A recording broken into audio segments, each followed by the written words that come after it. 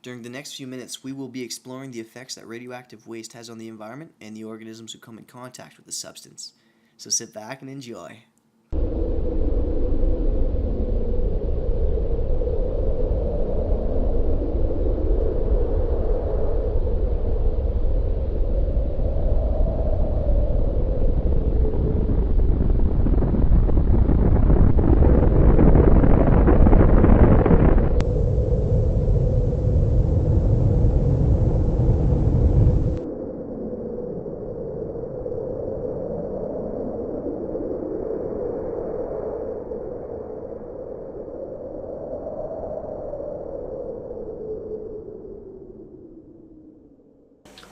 Hello, Professor Bromlowski of the University of McGill.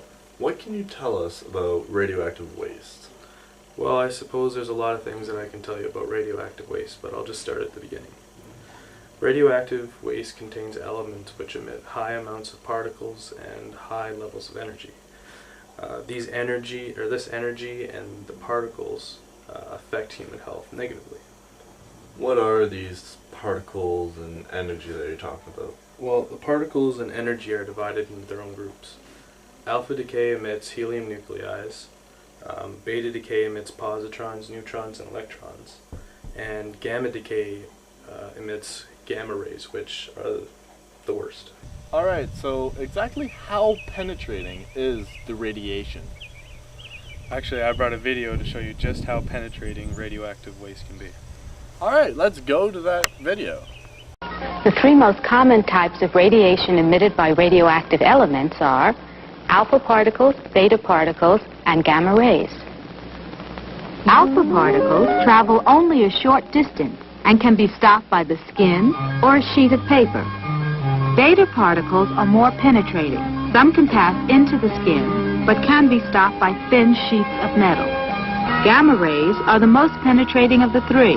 Gamma rays are similar to X-rays and can pass through the skin. They can be stopped by materials such as lead, concrete, or even water. Alright, so how does the radiation get to you? Radioactive material can work its way to people in many different ways. The main way that radioactive waste reaches you is through water. Other forms of transition include clothing, the remains of lab animals exposed to radionuclides, cooling water, and spent fuel rods or old parts and tools from nuclear power plants, mill tailings from uranium mines, old medical radiation equipment, and used smoke detectors which contain americium-241 sensors.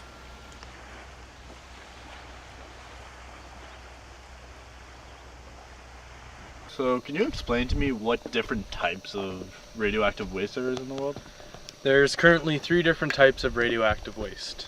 There's high-level waste, low-level waste, and mill tailing waste.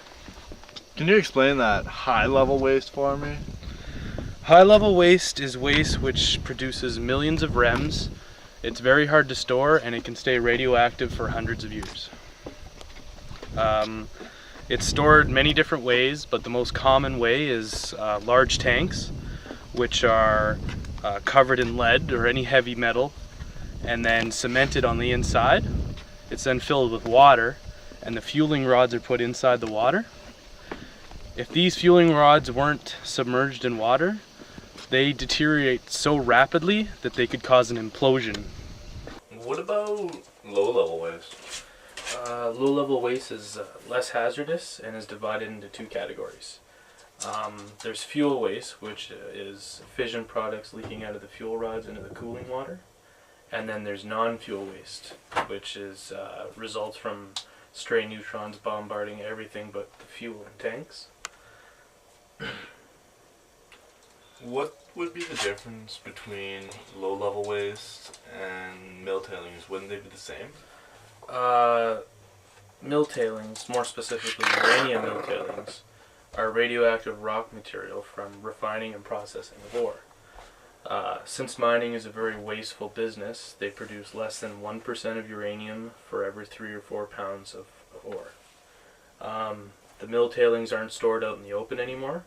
Instead, they're encased and stored until they reach a safe radioactive level. Well, it's good to know that we are safer now than we were before. Oh yeah, a lot safer. Could you explain to me what the health hazards of radioactive waste are on a human? The health effects of radioactive waste are dependent on how long you're exposed to it and what levels. A person can withstand about 150 rems of radioactivity without being harmed.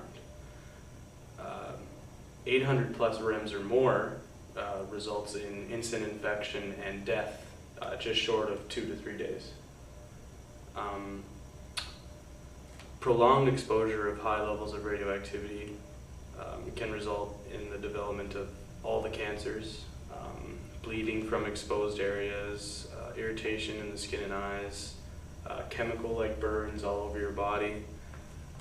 Dead tissue can result from 360 rems of radioactivity, and death occurs in about a week to 3 weeks. That sounds extremely painful. Yes, it is extremely painful. Well, thank you for your time today, Professor Brodlowski, and Thank you. I'll see you again someday. Try to avoid that radioactive waste. Sounds painful. All right.